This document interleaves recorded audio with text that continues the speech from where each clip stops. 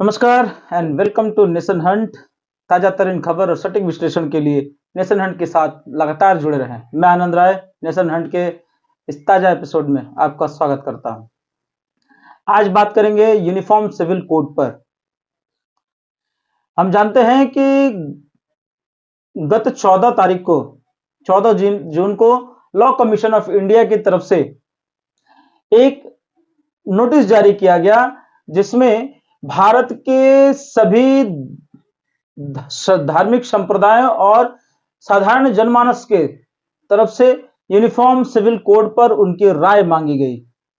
उसके बाद से ही लगातार मीडियाज में या कहें डिबेटों में हर पॉलिटिकल पार्टी पक्ष या विपक्ष में यूनिफॉर्म सिविल कोड के बारे में अपनी राय रख रही है। रोज कुछ न कुछ इस मुद्दे पर कोई बहस होती है, कोई खबर छपती है। तो आज यूनिफॉर्म सिविल कोड का जो बहस है वो एक नए दिशा में मुड़ जाता है, जब भारत के प्रधानमंत्री नरेंद्र मोदी एक सभा को संबोधित करते हुए यूनिफॉर्म सिविल कोड के बारे में कहते हैं। आइए पहले सुनते हैं कि प्रधानमंत्री ने यूनिफॉर्म सिविल कोड के बारे में क्या कहा है। कि यूनिफॉर्म सिविल कोड के नाम पर ऐसे लोगों को भड़काने का काम हो रहा है। आप मुझे बताइए, एक घर में परिवार के एक सदस्य के लिए एक कानून हो, परिवार के दूसरे सदस्य के लिए दूसरा कानून हो, तो क्या वो घर चल पाएगा? क्या कभी भी चल पाएगा क्या? फिर ऐसी दोहरी व्यवस्था से देश कैसे चल पाएगा? हमें याद रखना है कि भारत के संविधान में भी नागरिकों के समान अधिकार की बात कही गई है। आपने सुना, प्रधानमंत्री यूनिफॉर्म सिविल कोड का पूरी तरह से समर्थन करते हैं और वे कह रहे हैं कि कुछ विपक्षी दल यूनिफॉर्म सिविल कोड के जरिए देश के मुसलमानों को डराना और बरगलाने का कोशिश कर रही है।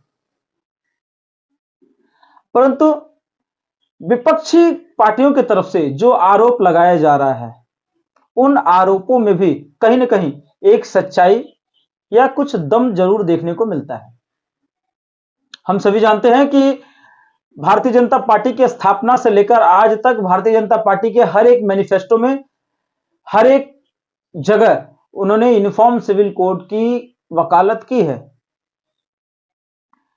अटल बिहारी वाजपेयी के समय का टर्म अगर हटा दिया जाए तो एक बहाना भारतीय जनता पार्टी के पास रहता था कि वे गठबंधन की सरकार चलाते हैं, वो फुल मेजोरिटी में नहीं है। परंतु 2014 से लेकर अब तक लगातार भारतीय जनता पार्टी 2014-2019 में पूर्ण बहुमत के साथ केंद्र की सत्ता पर काबिज होती है, और उसके बावजूद अगर यूनिफॉर्म सिविल कोड के बारे में सिर्फ चर्चा करने में उन्हें 9.5 वर्ष समय लग जाते हैं, तो कहीं ना कहीं विपक्षियों द्वारा जो प्रश्न उठाया जा रहा है कि यूनिफॉर्म सिविल कोड पर चर्चा सिर्फ राजनीतिक मुद्दा है और 2024 के चुनाव में भारतीय जनता पार्टी तुष्टीकरण की राजनीति या वोट बैंक की राजनीति, विपक्षी पार्टियों जो आरोप लगाया जा रहा है कि यूनिफॉर्म सिविल कोड के चलते और यूनिफॉर्म सिविल कोड के जरिए भारतीय जनता पार्टी 2024 के लोकसभा चुनाव की अपनी जमीन तैयार कर रही है। जैसा कि हम सभी जानते हैं कि भारतीय जनता पार्टी अपने चुनाव मैनिफेस्टो में 370 राम मंदिर के ऊपर भी बोलती थी, जिसको उन्होंने समाप्त किया। परंतु वो समाप्त करने के बाद भी क्या लास्ट 6 महीने जो इस सत्र के बच रहे हैं, जो इनके कार्यकाल के लास्ट के 6 महीने बच रहे हैं, उसमें यूनिफॉर्म सिविल कोड पर लाकर चर्चा क्या समाज को बांटने या समाज को विभाजित करने का प्रयास नहीं है? विपक्षियों द्वारा जो प्रश्न पूछे जा रहे हैं और जो शंकाएं जाहिर की जा रही हैं, क्या वो जायज नहीं साबित होते? Bharatiya Janata party uniform civil code को अगर राजनीतिक मुद्दा नहीं, एक देश को सही दिशा में चलाने का अगर प्रयास मानती होती, तो मुझे लगता है कि रिफॉर्म सिविल कोड पर चर्चा और पहले शुरू हुई होती। परंतु भारतीय जनता पार्टी का कहना है कि हम भारत में एक संविधान, एक विधान, एक कानून को लागू करने के लिए और समाज में जो विषमता फैली है उसे रोकने के लिए यूनिफॉर्म सिविल कोड की का हिमायती हैं और यूनिफॉर्म सिविल कोड का समर्थन करते हैं। परंतु साथ ही विपक्षी पार्टियों द्वारा जो आरोप लगाया जा रहा है कि चुनावी फायदे के लिए हिंदू और मुसलमान करके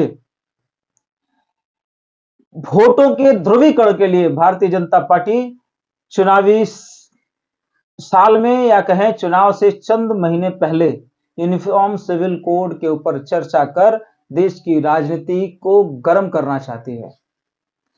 साथियों, इस वीडियो के माध्यम से मैं आपके बीच यह प्रश्न छोड़े जाता हूं कि यूनिफॉर्म सिविल कोड लाना या न लाना यह चर्चा का विषय हो सकता है, परंतु आपको क्या लगता है यूनिफॉर्म सिविल कोड को लाना चाहिए या नहीं लाना चाहिए? अपने राय कमेंट बॉक्स में जरूर दें। इसी के साथ आपसे विदा लूंगा। नमस्कार, जय हिंद।